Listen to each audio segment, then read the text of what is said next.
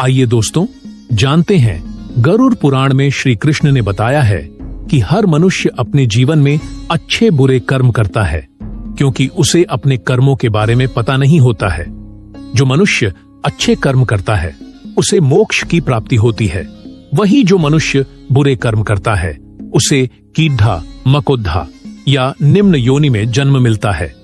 आइए दोस्तों, हम एक कथा के माध्यम से जानते हैं जो गरुड़ पुराण स्कंद पुराण के द्वारा मनुष्य के कर्मों के बारे में बताया गया है कि मनुष्य अपने पिछले कर्मों का फल किस रूप में भोगता है, जिसे भगवान श्री कृष्ण ने नारद जी को स्वयं बतलाया था। आज हम उसी कथा को जानेंगे।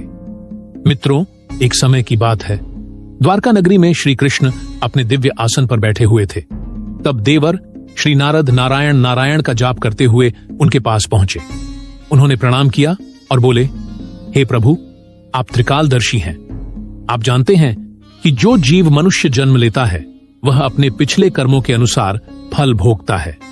हे प्रभु, मैं जानना चाहता हूं कि पाप करने वाले मनुष्य के साथ मृत्यु के बाद, उसके शरीर से आत्मा निकले के बाद आत्मा के साथ क्या होता है? क्या उसे कभी मुक्ति मिलती है या वह जन्म जन्मांतर तक कष्ट भोगता रहता है?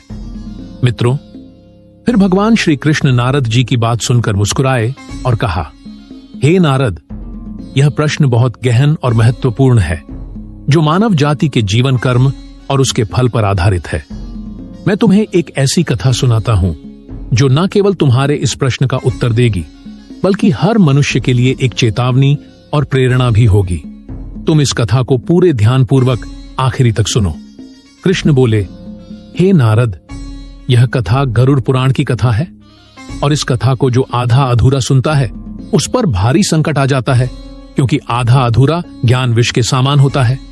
कृष्ण बोले, है नारद, इस कलयुग भरी संसार में जो मनुष्य इस कथा को पूरे ध्यानपूर्वक आखिरी तक सुन लेगा और समझ लेगा, उसका इस संसार से सभी पाप काम, क्रोध मोह से मुक्ति मिलेगी। फिर भगवान श्री कृष्ण नारद को वह कथा सुनाते हैं। भगवान श्री कृष्ण बोले, हे नारद, प्राचीन समय में एक गांव में एक व्यक्ति रहता था जिसका नाम दक्ष था। वह बहुत धनी था, लेकिन उतना ही क्रूर, स्वार्थी और अधर्मी भी था। उसका जीवन केवल भोग विलास और दूसरों को नीचा दिखाने में ही बीतता था। दक्ष के माता पिता वृद्ध हो चुके थे। उन्होंने अपने जीवन भर मेहनत करके उसे सुख सुविधा दी थी, लेकिन दक्ष ने अपने माता पिता को अपने जीवन से बेदखल कर दिया। वह अपने माता पिता को घर के एक कोने में जानवरों की तरह रखता था। वह उन्हें ठीक से भोजन भी नहीं देता था और न ही उनकी देखभाल करता था। एक दिन उसकी मां ने रोते हुए कहा, बेटा, हमने तुम्हें पालने के लिए अपने जीवन के हर सुख का त्याग किया। क्या आज हमारा यही स्थान है? दक्ष ने कठोर स्वर में जवाब दिया, तुम दोनों अब मेरे किसी काम के नहीं हो। मैं तुम्हारे लिए और सहन नहीं कर सकता। यह दक्ष का स्वभाव केवल अपने माता पिता के प्रति ही नहीं, बल्कि दूसरों के प्रति भी निर्मम था। वह गरीबों का शोषण करता, निर्दोष जानवरों को मारता और झूठ छल कपट से अपना साम्राज्य बढ़ाता गया। उसे विश्वास था कि उसके धन और शक्ति के कारण कोई उसका कुछ नहीं बिगाड़ सकता है। समय बीतता गया और एक दिन दक्ष की मृत्यु हो गई। उसकी आत्मा यमलोक पहुंची, जहां धर्मराज उसके कर्मों का लेखा जोखा कर रहे थे। धर्मराज ने कठोर स्वर में कहा, दक्ष, तुम्हारे जीवन में एक भी ऐसा कर्म नहीं है जिसे पुण्य कहा जा सके। तुमने केवल अपने स्वार्थ के लिए पाप किए हैं। तुम्हें नर्क की भयंकर यातनाएं सहनी होंगी। इसके बाद तुम्हें ऐसे योनियों में जन्म लेना होगा जहां केवल कष्ट ही कष्ट है।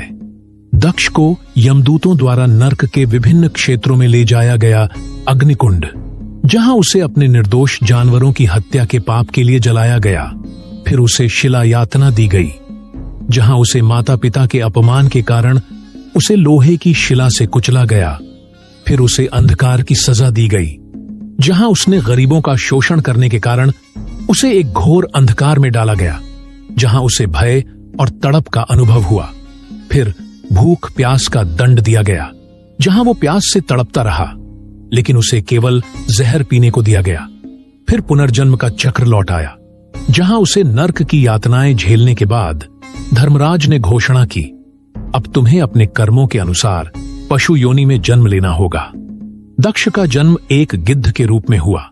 उसे सडीधा गला मांस खाना पड़ा और वह हमेशा असुरक्षित और तृष्णा से भरा रहा। लेकिन उसका कष्ट यहीं समाप्त नहीं हुआ। उसने अगले कई जन्मों तक कीट, सांप और अन्य निम्न योनियों में जन्म लिया। फिर कई योनियों में भटकने के बाद दक्ष की आत्मा ने प्रायश्चित करने का निश्चय किया। अगले जन्म में उसने एक गरीब किसान के घर जन्म लिया। उसने अपने जीवन को धर्म और परोपकार के मार्ग पर समर्पित कर दिया। वह अपने माता पिता की सेवा करता था, दूसरों की सहायता करता और भगवान का ध्यान करता। फिर एक दिन भगवान कृष्ण ने उसके सपने में आकर कहा, तुमने अब सच्चे मन से प्रायश्चित किया है। तुम्हारे पुण्य कर्मों ने तुम्हारे पापों को धो दिया है। अब तुम्हें मानव जन्म में मुक्ति का अवसर मिलेगा। सेवा, सत्य और धर्म का पालन करते रहो मित्रों। फिर कथा समाप्त कर श्री कृष्ण ने नारद से कहा, हे नारद, यह संसार कर्मों का दर्पण है। जो जैसा करेगा वैसा भोग भोगेगा।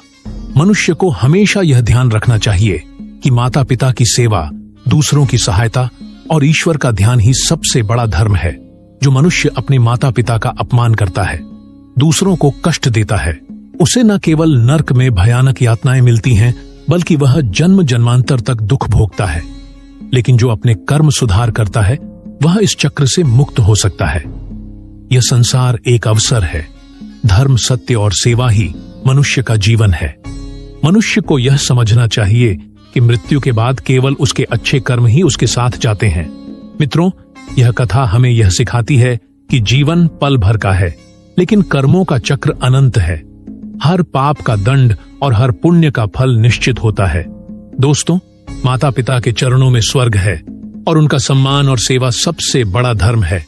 जो इस सत्य को समझेगा, वह न केवल इस जीवन में सुखी रहेगा, बल्कि मृत्यु के बाद भी उसे शांति और मोक्ष प्राप्त होगा।